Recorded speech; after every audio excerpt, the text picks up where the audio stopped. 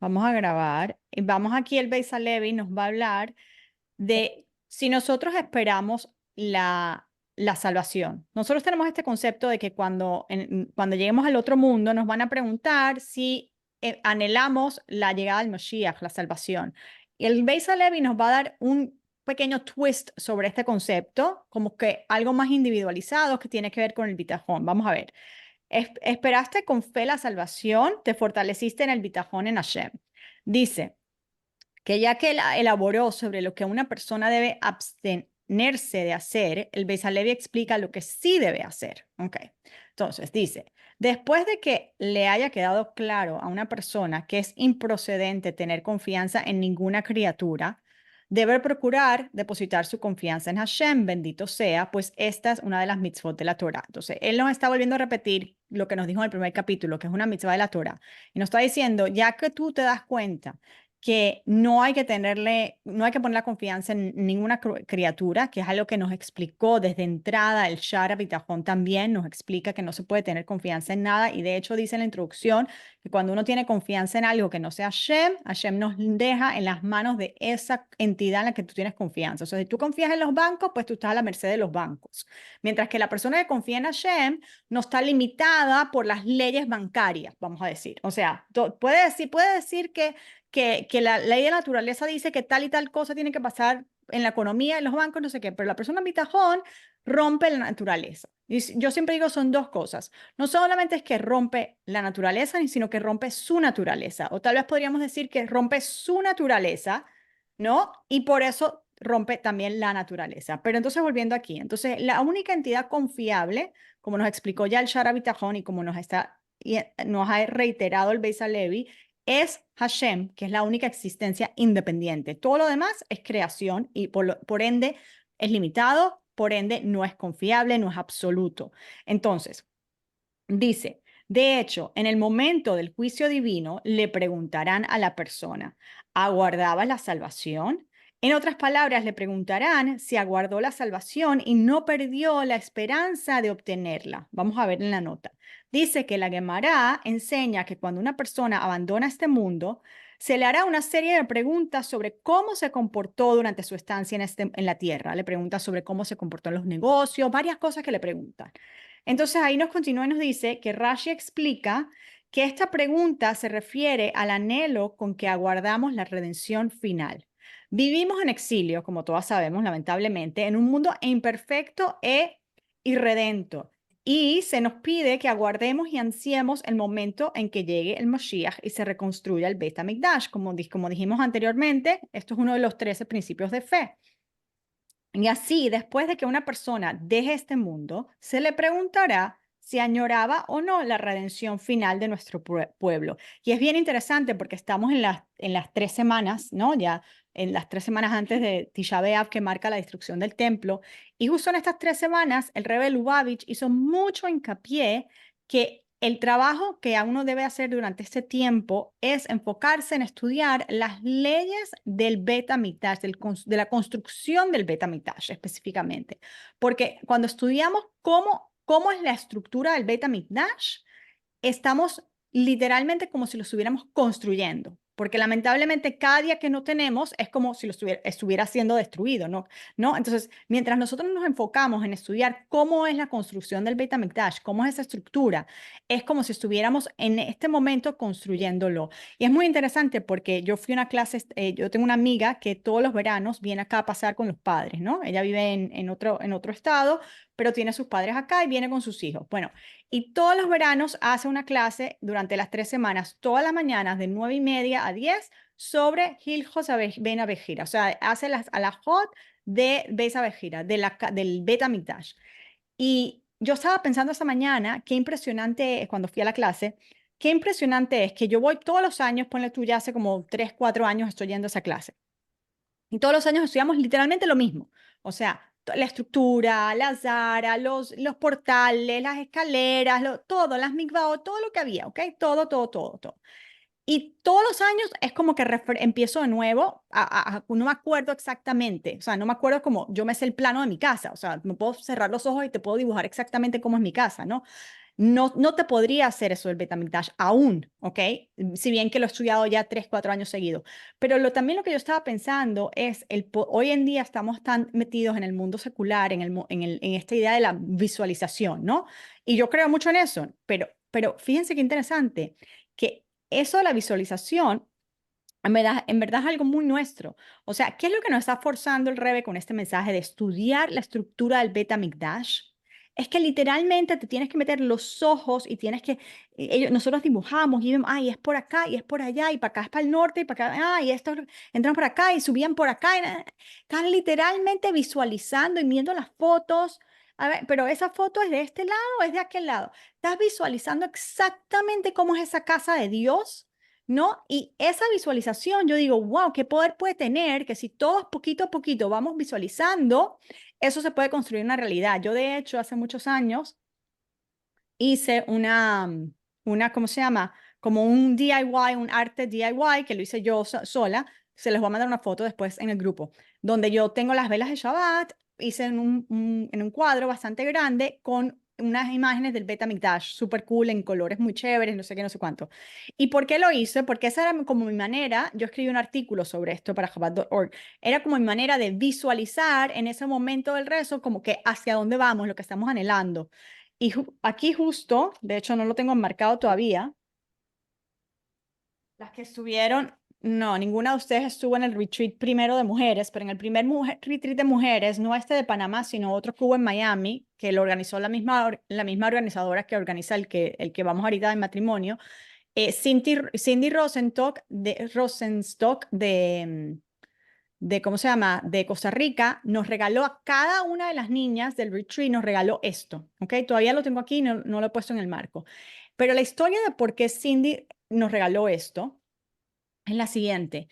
Hubo un muchacho, no sé si habían escuchado la historia, al principio de la guerra, hubo un muchacho, un soldado en Gaza, que cuando estuvo en Gaza, no sé, unas semanas, unos meses, lo que fuera, ¿no? Cuando ya le tocó volver a la casa, en vez de ir directo a su casa, se detuvo, hizo una parada. Cuando llegó a la casa, la mamá le dijo, pero ¿por qué no viniste acá directo? No entiendo.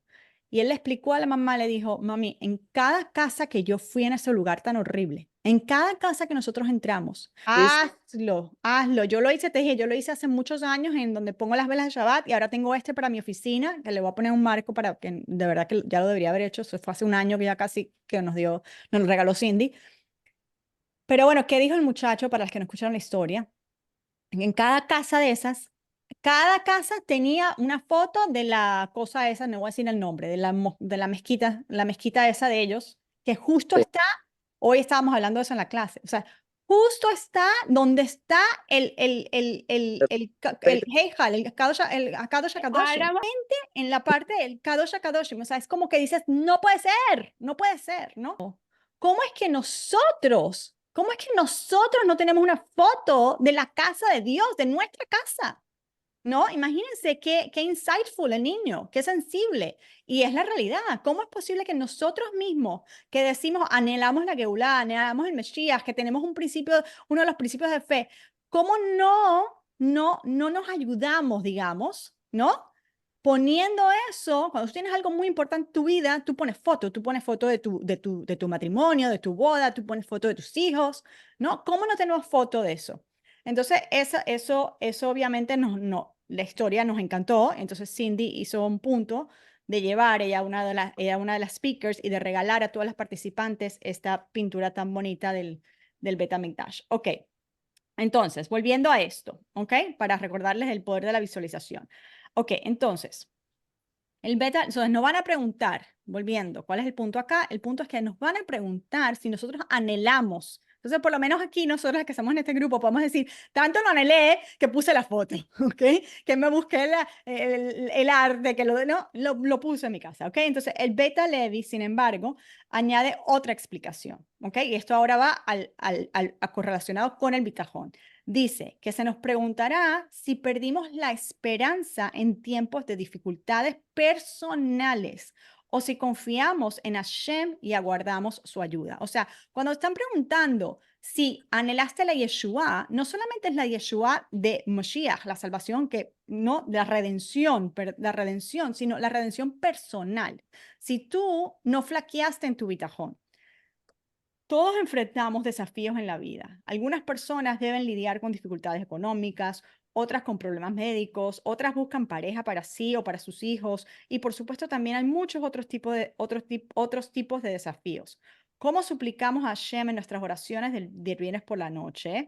Acércate a mi alma, redímela. Todos necesitamos una Yeshua, una salvación de una u otra especie. Y esta, explica el Beis Halevi, es la pregunta que se nos hará en el otro mundo. Si aguardamos o no la salvación de Hashem, confiando en que Él nos sacaría adelante de cualquier desafío al que nos enfrentaremos, al cual nos enfrentáramos. El Pele Yoetz cita al Arizal, que afirma que cuando recitamos en la oración de la Midá de días de la semana, pues esperamos tu salvación todo el día, debemos tener en mente que aguardamos la ayuda de Hashem ante cualquier desafío al que nos enfrentemos en ese momento.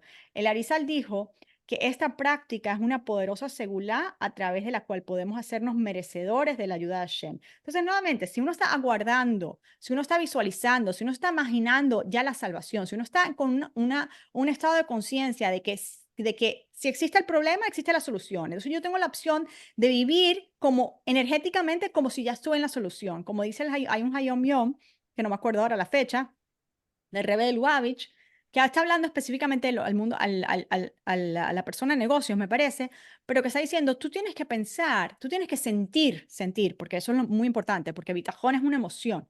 Tú tienes que sentir como que la solución, como que la plata que tú necesitas para tu negocio, para vivir o lo que sea, ya la tienes en la mano. Entonces, si tú lo tuvieras en la mano, si tú tuvieras todo el dinero que tú le debes a todos los a los acreedores, ¿no? Si tú tuvieras en la mano, ¿cómo estarías? Estarías extático. O sea, si tú supieras que tú tienes un tío rico que te dijo, no te preocupes, que mi secretaria te va a mandar la transferencia, mañana a las 9 de la mañana te entra el banco. Tú te acuestas a dormir tranquilo, porque ese tío rico nunca o sea, siempre lo que dijo lo hizo, ¿no? Obviamente nosotros tenemos el tío más rico, tenemos el padre más rico del mundo. Entonces, si tú vives con la conciencia, que obviamente ese es el desafío, ¿no? Estar en el problema, pero vivir con la conciencia de que el problema no existe, para Dios no existe el problema, ¿no? Para el Dios existe el problema y existe la solución. Entonces, yo puedo vivir en la realidad de la solución porque la solución ya existe, ¿no? Entonces, energéticamente, si yo puedo estar en un estado anímico más afín, más concorde a cómo me siento cuando estoy en un momento de solución, y todos sabemos cuando algo pasa, cuando uno se le casa un hijo, cuando uno algo bueno, le sale un negocio, uno está como que en un high, ¿no? O puedo estar en el low del problema, que también todos sabemos cómo se siente. Ok, entonces, volviendo acá, siempre que surjan situaciones exigentes, debemos aceptarlas como preciadas oportunidades para crecer, para establecer una conexión con Hashem y para alcanzar un mayor nivel de pureza y santidad con la esperanza y el optimismo, palabra importante, eso es lo que estamos hablando ahorita, el optimismo de contar con la ayuda de Hashem, cumpliendo el mandato completo de Zipiti le Yeshua. Esperé, anhelé la salvación. No desesperarnos en momentos difíciles. Acuérdense que de la desesperación nunca nada bueno salió. Y en cambio, aguardar ansiosamente la infinita compasión y bondad de Hashem. Ok, entonces, volviendo acá. Dicen, ahora continúa. Ok, entonces nos van a preguntar, dice el texto, nos van a preguntar si aguardó la salvación y no perdió la esperanza, sino que se fortaleció en su, y que en vez de perder la esperanza, se fortaleció en su confianza en Hashem con respecto a todo lo que se le presentó durante su vida. Aunque muchas cosas puedan percibirse como malas, uno debe fortalecerse con la convicción de que lo ocurrido es en última instancia para bien.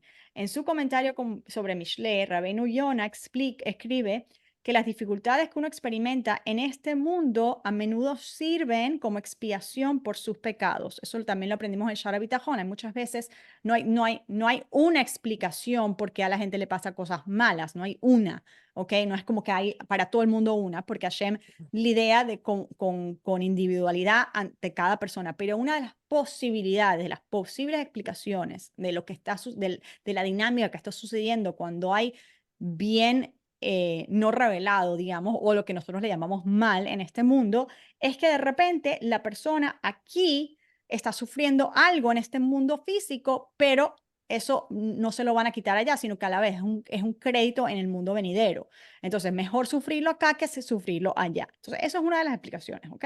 Pero hay muchas posibles explicaciones, pero al final no sabemos que hay, no es como que tenemos una contestación. Es como una de las cosas que vamos a poner en el sobre, la caja. Quien me dijo el otro día que tiene una caja, entonces cada vez que tiene una pregunta para Moshiach, esa es la caja, el buzón de Moshiach. Entonces ahí se ponen las preguntas que uno le va a hacer a Moshiach. Esa es una de las preguntas, ¿ok? Puesto que el castigo por el pecado en el mundo venidero es mucho mayor que en este mundo, debiéramos alegrarnos al atravesar dificultades aquí, sabiendo que se nos está protegiendo de un dolor mucho mayor. Ok, capítulo 12. Quien confía en Hashem y obtiene beneficios en este mundo y en el mundo venidero. Esto nos recuerda a la introducción del Shara Bitajón que nos elabora sobre los 10 beneficios de tener Bitajón. El Beta Levi expone brevemente algunos de los beneficios de confiar en Hashem. El que confía en Hashem ganará de dos maneras. En este mundo, ciertamente obtendrá cualquier necesidad que le falte, como afirma el versículo, Hashem no traerá hambre sobre el alma del justo. Y está escrito también en Teilim, de malas noticias no temerá, porque su corazón está firme, confiado en Hashem. Y muchos otros versículos similares a este. Ok, entonces vamos a las notas. 37. Aparte de la recompensa eterna que uno recibe por su bitajón en el mundo venidero, el bitajón tiene muchos beneficios incluso en este mundo. Entonces, como nos dijo el Shara Bitajón anteriormente, hay beneficios materiales y hay beneficios espirituales. 5 materiales, 5 espirituales. Aquí no está diciendo lo mismo el Beis Halevi. Dice, claro que te van a dar una recompensa en el mundo espiritual. No cabe duda. Pero que no se te olvide que también en este mundo se te paga tu bitajón. De hecho, la Gemara en Menajot afirma, quien confía en Hashem recibirá protección de él en este mundo y en el mundo venidero, o sea, ambos. Ok, entonces continúa acá diciendo, cuando nos dice que la persona va a tener cualquier necesidad que le falte, dice que esto implica que Hashem ciertamente le da a la persona que confía en él lo que necesita. Para más información, veas el resumen y el apéndice B. Entonces, vamos a ver el apéndice B. A ver, ¿a qué se refiere que uno va a recibir lo que necesita? Que es algo que también el Shara Bitajón nos establece, que la persona siempre va a tener lo que necesita, la persona con bitajón. Apéndice B. Los dos niveles de bitajón, y esto es importante, es algo que me acuerdo que comenté un poco en el retiro de Panamá, la señora Menaker, la Mora Menaker, me acordó explicarlo, que hay dos niveles de bitajón. Entonces, dice acá, el Beis Halevi escribe que bitajón, la confianza en Hashem, trae recompensas no solo en el mundo venidero, sino también en este, porque quien confía en Hashem obtendrá con toda seguridad lo que le falta de sus necesidades. Como prueba de esta afirmación, el Beta Levi cita el versículo en Teilim, no temerá malas noticias, porque su corazón está firme, confiado en Hashem. Entonces, como su corazón está firme, no está emocionalmente aterrado, ni estremecido, ni nada de eso, está firme, confiando en Hashem plenamente, entonces no va a recibir ninguna noticia mala. Es como que está inmune, ¿no? Esta es una, porque recuérdense que es como una, que es lo que nos dijo al principio del libro, nos dijo, era como, ¿cuál era la palabra en inglés? Fortress, ¿cuál es la palabra en inglés? O sea, como si uno tuviera una armadura, ¿no? Ok, entonces, y también nos había dado un ejemplo de que es como si tuvieras un chaleco antibalas. Entonces, dice, esta es una afirmación que sorprende por su contundencia. A quien confía plenamente en Hashem, sin duda alguna, se le concederán sus deseos. ¿Podría ser cierto esto? O sea, ¿podría ser esto cierto, perdón? El Stipler señala que hay dos niveles fundamentales de bitajón. En un nivel, bitajón significa tener la convicción de que todo lo que sucede es causado por Hashem. ¿Ok?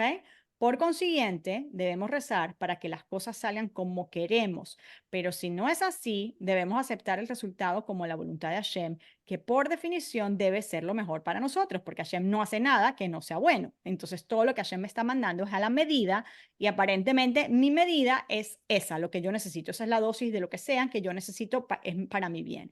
Este es un nivel. Esta es la forma más convencional de entender el bitajón y también la más intuitiva. Es como la más básica, ¿ok? Después de todo, ¿por qué deberíamos suponer que merecemos tener lo que querramos? El bitajón no puede significar que tengamos garantizado recibir todo lo que pedimos, sino que debemos confiar en que todo viene de Hashem y Él siempre sabe lo que es mejor para nosotros, incluso cuando no es lo que queríamos. Ahora bien, esto no se queda aquí. No es cierto que el bitajón no significa que no podemos tener lo que deseamos. Ahora nos va a decir, el bitajón sí significa en cierto sentido eso. Vamos a ver. Sin embargo, señala, también existe un segundo enfoque en el que uno confía absolutamente en que Hashem le proporcionará lo que necesita. Y aquí nos va a dar el ejemplo del Alter de Novardo, que les dije es uno de los ejemplos más altos de bitajón. El libro es espectacular. Y ya vimos ejemplos de la Gemara, vimos el ejemplo del pobre que fue donde Raba a pedir limosna y Raba le dijo, ¿tú qué quieres comer? Y el pobre ¿se acuerdan que les conté? Y el pobre le dijo, yo quiero gallinas gordas, ¿cómo se dice? Fattened hens, ¿no? Buenas gallinas, codornices o lo que sea. Y vino añejo y Raba lo mira como que, o sea, no por mal, pero estás comiendo el fondo comunitario. Y el pobre le dice, no, yo no como el fondo comunitario, yo como la mano de Hashem. Y en ese momento toca la puerta la hermana de Raba, que no lo había visto por 12 años y había llegado con bandejas espléndidas llenas de codornices rellenas y vino añejo. Y ahí Raba dijo, tú tienes razón, tú sí que no comes de la mano del fondo comunal, tú comes de la mano directa de Hashem. Entonces, eso fue uno de los ejemplos que nos dio acá el Beis Halevi. Ahora vamos a hablar del Alter de Novardo. Enseñaba y formaba a sus alumnos para que depositaran su confianza plenamente en Hashem hasta el punto de que confiarán sin el menor atisbo de duda en que Él les concedería todo lo que necesitaran y todo lo que desearan. O sea, como el ejemplo que yo les decía, para este señor pidiendo limosna, él quería sus codornices y su vino. O sea, es lo que yo quiero. O sea, no me puedes decir que él necesita codornices, porque en verdad una persona no necesita ni vino, necesita pan y agua, ¿ok? Él quería eso, pero como una persona tiene tanta certeza, eso es lo que le llega. Entonces, dice, véase en el Madrigata Adam, que es el libro del arte de Novarda que les dije que es espectacular, donde dedica un capítulo entero a este tema. Curiosamente, él se autodenominaba Baal HaBitajón, maestro de bitajón, y solía poner base tras su firma, que es la abreviación de Baal Bitajón, pues había probado y demostrado que el bitajón garantiza que cuando uno confía en Hashem para obtener algo, ello le será efectivamente concedido. Este planteamiento también puede encontrarse en las obras del Maharal, que escribe que cuando uno tiene bitajón, Hashem cumplirá su deseo. Madregata Adam escribe que este enfoque surge de una historia relatada, en la Gemara sobre Raba, a quien una vez se le acercó, aquí está la historia, un necesitado pidiendo comida del fondo de caridad comunal. ¿Qué le gusta comer? Le pregunta Raba al señor. Entonces le dice, pollo cebado y viejo vino añejo, le dice el hombre. Entonces Raba le dice, pero usted está tomando del fondo de caridad pública. O sea, ¿cómo va a pedir eso? ¿De verdad pretende recibir comida y vino tan costosos cuando depende de la caridad? ¿Qué quiere decir? Le dice el hombre. Obtengo lo que necesito de Hashem. Y procedió a citar el versículo en Teilim que dice, los ojos de todos confían en ti y tú les concedes su alimento a su debido tiempo. El hombre señaló que el versículo no dice Beitam a su debido tiempo en el plural, sino dice Beitó a su debido tiempo en singular, o sea, individualizado, lo que la persona quiere. Eso significaría que Hashem no proporcionará el sustento, no proporciona el sustento de forma general, sino que cubre las necesidades individuales de cada persona. De ser así, si uno confía en Hashem, recibirá todo lo que desee exactamente como lo desee. Justo entonces, la hermana de Raba, a la que no había visto en muchos años, vino a visitarlo y le trajo como regalo pollo cebado y vino añejo. Raba le dio el pollo y el vino al indigente, diciéndole, toma, Hashem acaba de darte exactamente lo que querías. Esto parece reforzar la noción de que cuando uno vive con una fe y una confianza perfectas en Hashem, puede esperar efectivamente recibir todo lo que desea. Y by the way, esa era la shita del Rebbe de Lubavitch también. Si uno lee las hijas de Bitajón del Rebbe, una de las más famosas es una de Moshe Rabbeinu, y es la shita también es la manera de pensar también del Shara Bitajón, ¿ok? Ciertamente, perdón, estas dos perspectivas que se reflejan en las distintas interpretaciones que se dan a una historia, que cuenta la Gemara sobre Gilel. Una vez, cuando Gilel se dirigía a su casa, oyó gritos de angustia procedentes de su vecindario y afirmó con seguridad que esos gritos no procedían de su casa. Ciertamente, Gilel no podía saber que a su familia no le había ocurrido ningún daño, ninguna tragedia, ya que incluso los justos sufren de vez en cuando. ¿Cómo él estaba tan tranquilo que los gritos no provenían de su casa? El Gaón de Vilna explicó que Gilel había enseñado a su familia a aceptar todo lo que sucedía con serenidad y por eso sabía que los gritos no procedían de su casa. Sin embargo, el Gaón de Vilna procedió entonces a sugerir que en efecto quizás Gilel sabía con seguridad que a su familia no le había ocurrido ningún mal, porque los muy justos viven con la plena confianza de que nunca sufrirán ningún daño. O sea, no es simplemente que él le había enseñado a su familia a estar tranquilos y no a estar atemorizados, sino que porque él confiaba plenamente, él sabía que nada le podía pasar. La tensión entre estos dos planteamientos se expresa en los diferentes enfoques adoptados por diversos grandes eruditos de la Torá respecto a una historia que se cuenta de Rav Israel Salanter. Una vez estaba sentado con el Rashash, Rav Shmuel Strashun, en el Beit Midrash del Gaón de Vilna y discutían sobre este mismo punto. El punto es si, bueno, bitajón es que Dios te va a dar todo lo que tú necesitas, pero no necesariamente te va a dar todo lo que tú quieres, ¿ok? Y si no te da todo lo que tú quieres, te quedas tranquilo. Y el otro punto es, no. Hashem te va a dar todo lo que necesitas y lo que tú quieres. ¿Ok? Esa es la tensión en las dos vertientes acá. Ok, entonces, Rabbi Israel insistía en que con bitajón uno puede obtener todo lo que desee, mientras que Rashash sostenía que no es así. Para probar su punto, Rabbi Israel dijo que tendría bitajón en que recibiría un reloj de oro. En ese momento llamaron a la puerta. Entró un hombre y le entregó su reloj a Rabbi Israel. Oí contar esta historia, escribe el autor de este libro, ¿cómo se llama? Ay, se me olvidó, lo entrevisté, de Rav Sutton. Esa historia a alguien que la había oído de la boca de Rav Yosef Dov Soloveitchik en nombre de su padre, el Rav de Brisk. Esta historia también fue contada por Rav Wolbe y aparece en el Sefer Avi Hayeshivot. Muchos han puesto en tela de juicio que se enseñe este enfoque, o sea, el enfoque de que, bueno, él confió, o la historia es que él confió y le llegó el reloj ahí mismo, le llegó el reloj de oro al Señor. Entonces, muchos dicen, no puedes enseñar esto, no le puedes decir a la gente, bueno, sí, si yo tengo confianza en Hashem, que yo lo que quiero comer son codornices con vino, pues me va a llegar codornices con vino. No se lo, hay mucha gente que plantea que no se lo puedes enseñar así a la gente común. Se han esgrimido múltiples razones para esta reticencia. En primer lugar, la gente pensará que puede ejercer este bitajón aunque no se encuentre en ese nivel. La gente pensará que está en ese nivel y cuando no ocurra lo que esperaban, pierden la fe. Por el contrario, muchos Gedolim, muchos grandes, enseñaron a sus alumnos el nivel más básico del bitajón. Rav Moshe Feinstein se enfadó con quienes publicaron o relataron la historia de Rav Israel Salanter, esta historia del reloj de oro, afirmando que refleja una perspectiva incorrecta del bitajón y dijo a la gente que este episodio nunca ocurrió. Hay quienes han oído que el Hasonish compartía el mismo criterio que Rav Moshe. Rav Dessler parece afirmar que el nivel de bitajón al que el Saba del arte de Novardok hacía que aspirasen sus talmidim solo se aplica a los objetivos espirituales como fundar una yeshiva.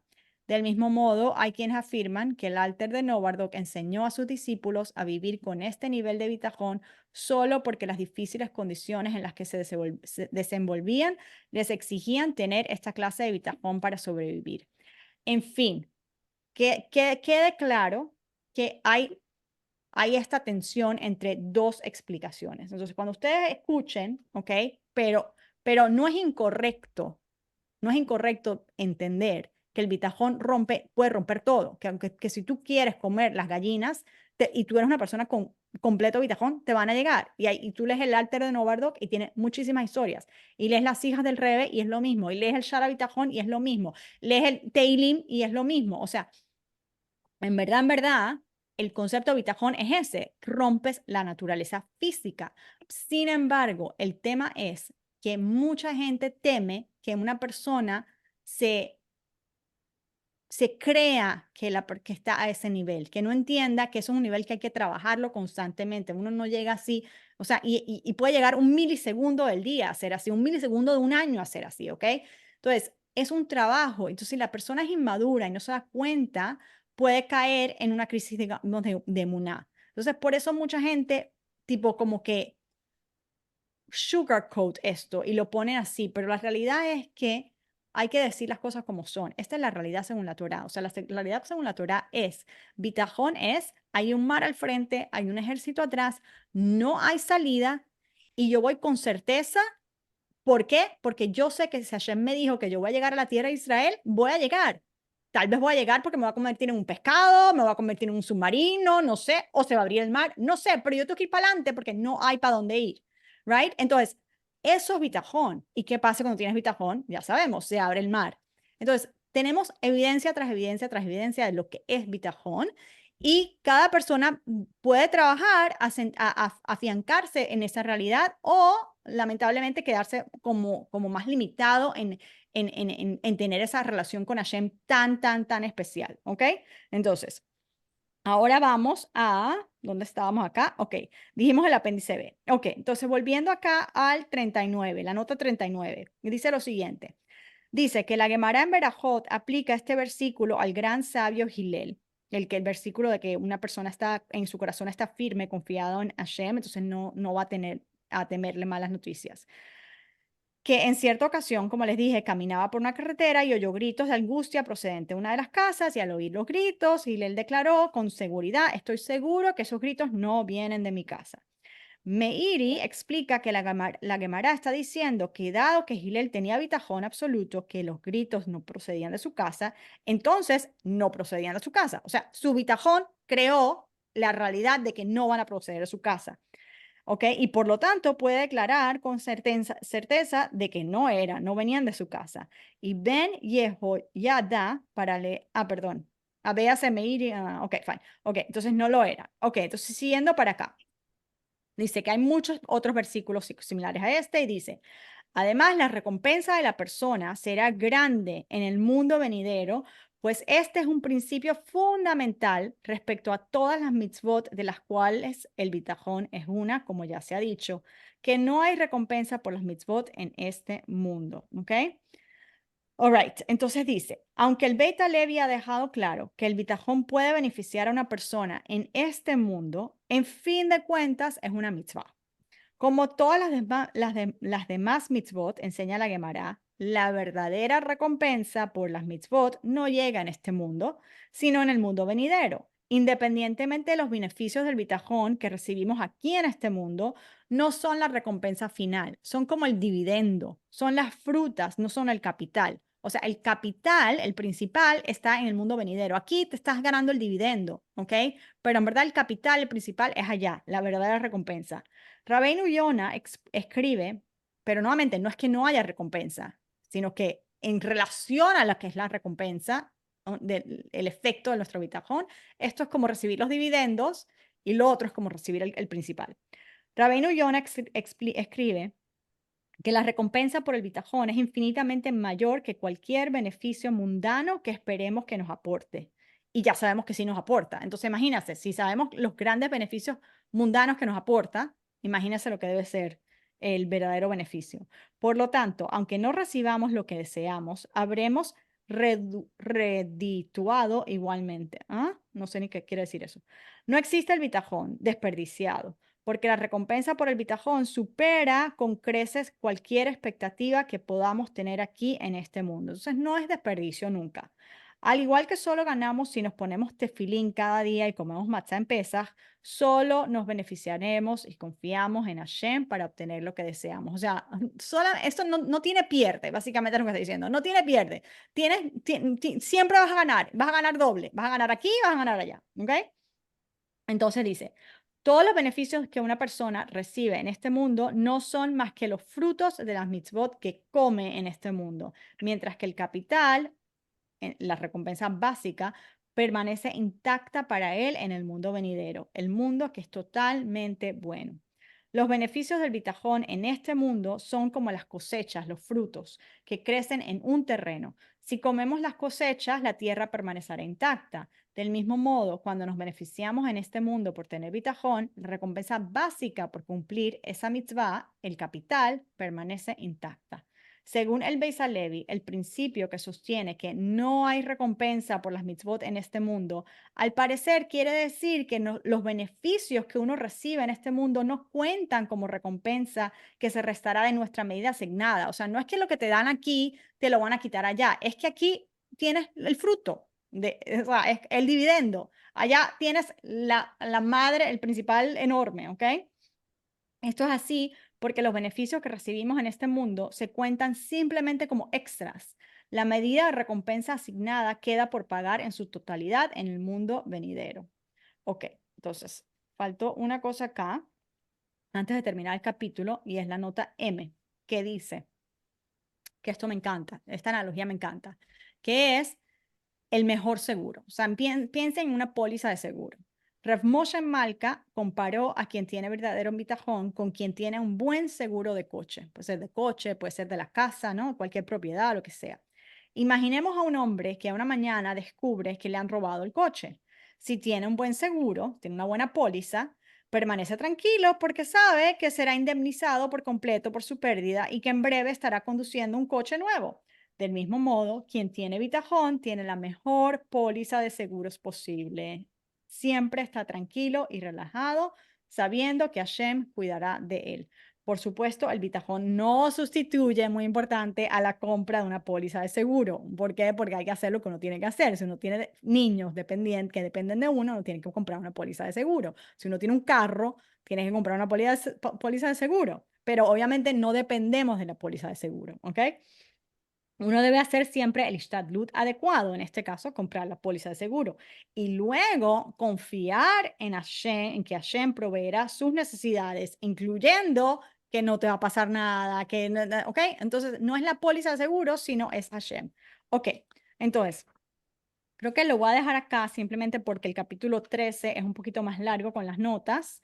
Eh, entonces, y la semana que viene tengo algo el miércoles, entonces no sé cómo hacer para la clase. No sé si de repente la podemos hacer más temprano, ¿puede ser? O más temprano se les complica. Las 6:30 mías, que serían 7:30 Miami. ¿Está muy temprano para ustedes? Ahora o nos escuchas en el carro mientras te vas manejando. Y Debbie Ok, está complicada con los niños. Actividad por la noche, entonces quería mover la clase un poquito más temprano, tipo 7:30 Miami. Lo vamos a tratar, Debbie, y te puedo. mandamos la grabación solamente para no dejar de hacer la clase,